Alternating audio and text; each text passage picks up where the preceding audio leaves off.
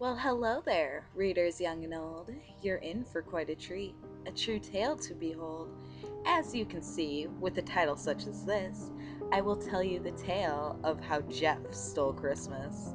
It all started late on a silent Christmas Eve, and our favorite killer Jeff had something up his sleeve. Seeing that it was Christmas, Jeff wanted to do something new, something extra special. But what should he do?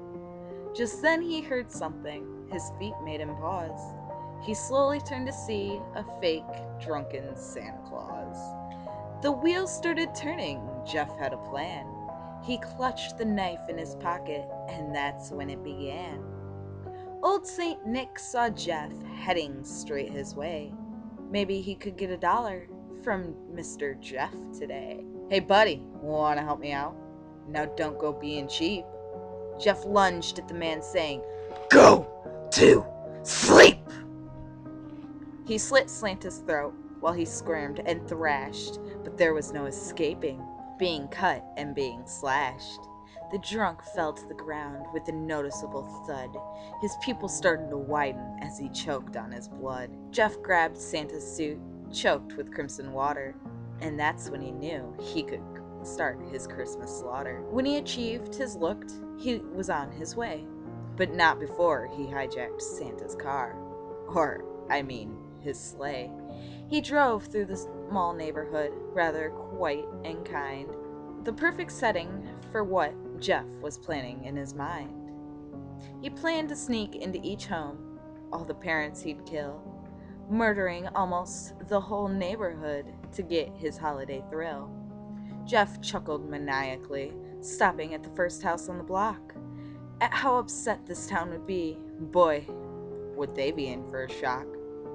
He could just imagine it, all the children on Christmas Day, to see that Mommy and Daddy were some twisted psycho's prey.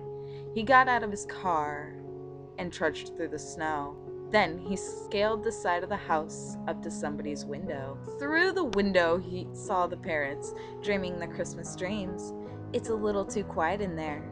Let's see if I can get them to scream. He snuck through the window and crouched by the bed. He withdrew his knife and balanced it on Daddy's head. He poked at Daddy Dearest, who awoke to the face of evil. The man let out a gasp of fear. Yeah, I have that effect on people.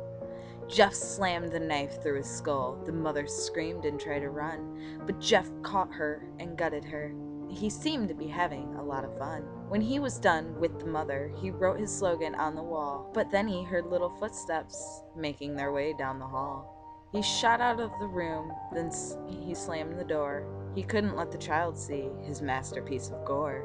In the hallway he met a little girl with eyes bright blue and hair of blonde curl. The girl looked at Jeff, all dressed in Santa's gear. Her eyes lit up with excitement, and her voice filled with cheer.